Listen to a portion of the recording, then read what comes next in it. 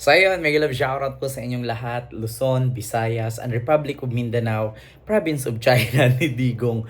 So ngayon po mga kababayan, meron akong nakuha na video, no? Actually, hindi ko naman sinabi na totoo ito na sinasabi ni Trump, no? Kasi nga, hindi rin ako sure kung si Trump ba talaga ang boses na yan. Pero, para sa akin, lahat ng mga sinasabi dito, no, ni Trump, kasi si Trump ang nakita ko sa video eh. Lahat totoo. Oo, lahat ng sinasabi ni Donald Trump patungkol sa mga DDS, lahat po ay totoo. Pasok sa banga yung kanyang sinasabi. So ngayon mga kababayan, Luzon, Visayas, and Republic of Mindanao, Province of China ni Digong ang Davao City. So gusto ko lang pong i-share sa inyo yung video at panuorin nyo at pakinggan ninyo at di ko sure kung anong reaction ninyo, matatawa ba kayo or whatsoever. Hindi ko sinasabing si Donald Trump ang totoong nagsalita. Pero para sa akin, nakita ko na siya. So, kaboses niya at match doon sa pagbubuka ng bunganga niya. So, ngayon mga kababayan, pakinggan niyo po yung sinasabi ni President Donald Trump ng Amerika patungkol sa mga DDA supporter ni Digong. No, ito po mga kababayan, panoorin niyo at reaksyonan natin. The DDS of the Duterte diehard supporters are a large group of people in the Philippines. What's funny about them is that they are so gullible and effortless to manipulate. Diba? Narinig nyo? What's funny of them? They are so gullible and effortless to manipulate. Diba? Actually, totoo ha. Which is totoo. Ito, hindi ko po sinasabi kung sino man pong, putang ina, kung sino man pong gumawa ng video na to, naku, marami na namang DDS masasaktan dyan. Marami na namang DDS ang imatayin yan. Oo, pero sa totoo lang, para sa akin, boses ni Donald Trump, mukha ni Donald Trump at match sa bunganga niya. So, gullible daw and effortless to manipulate. They wholeheartedly believe that a deep-faked video of their president putting something in his nose was true. These DDS people need education. They need a lot of it. Sabi niya dito, naniniwala daw ang mga DDS or mga supporter ni Digong na yung nilagay daw sa ilong ni Pangulong Bongbong Marcos ay totoo.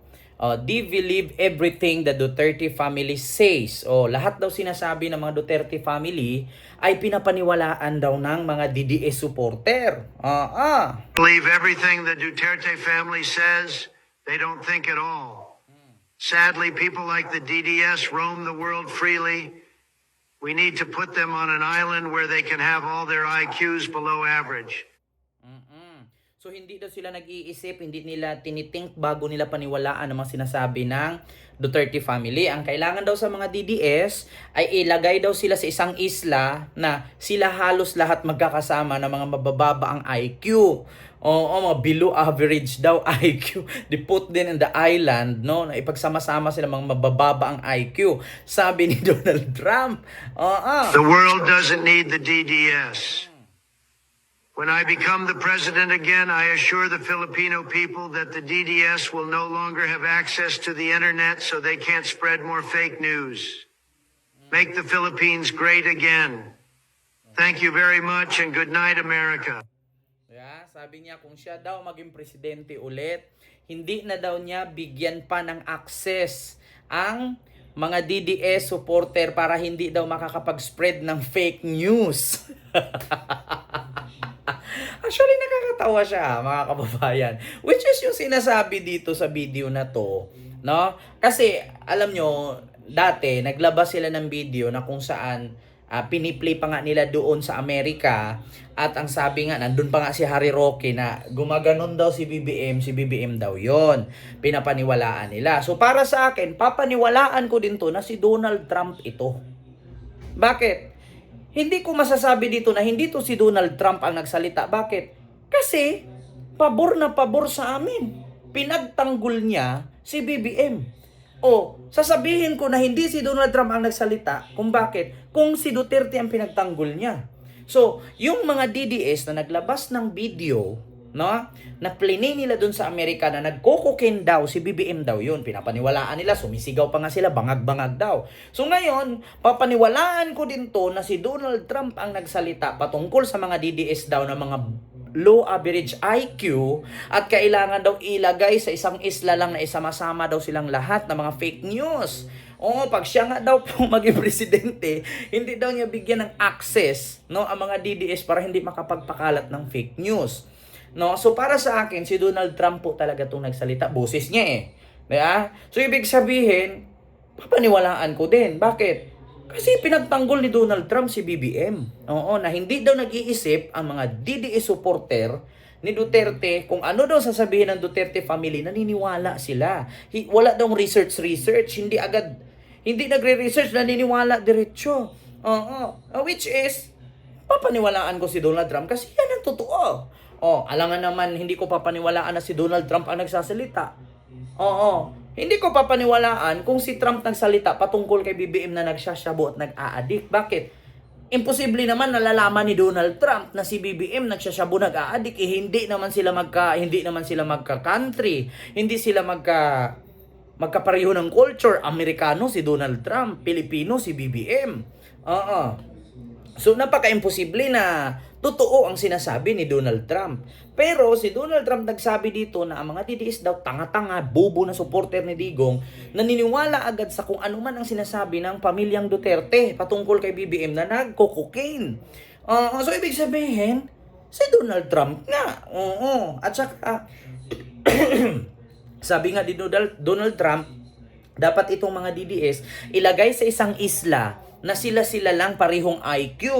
Oo, kasi pareho daw sila mabobo. Oo. Kaya nga, di ba mga kababayan, iyon lang yung sinasabi ko.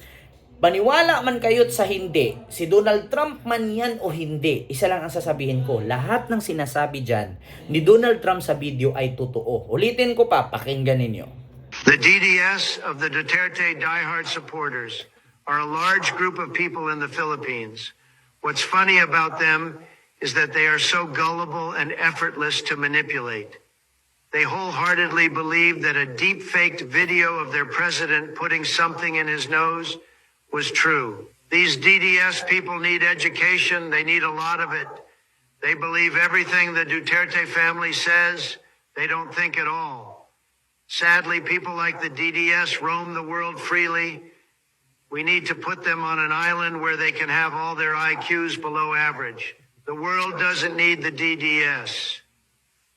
When I become the president again, I assure the Filipino people that the DDS will no longer have access to the internet so they can't spread more fake news. Make the Philippines great again. Thank you very much and good night, America. Diba? Narinig nyo mga kababayan?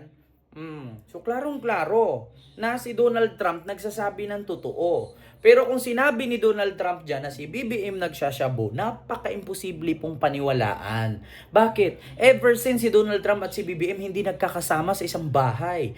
Ever since si Donald Trump at si BBM hindi yan maskin man lang nagsama sa isang business forum. Hindi sila nag-usap ng ganun kaya hindi naman negosyante si BBM. Oo. Yun ngang iba dyan na nasa Amerika nakatira, sinasabi, inaalok daw ni Lisa. Oo, nakita daw niya na nagkukukin daw si Sandro, si Simon at si Vincent. Oo, katulad ng babaeng burikat dyan. Kabit naman. Oo, diba? So ito mga kababayan, totoo na si Donald Trump nagsabi na mga tanga-tanga daw ang DDS at bobo daw ang DDS. Donald Trump na mismo nagsabi niya na. So yun lang, maraming salamat mga DDS, huwag kayong masaktan. Si Donald Trump, banatan ninyo. Si Donald Trump nagsalita, hindi ako. So yun lang, maraming salamat and see you next vlog. God first. Thank you.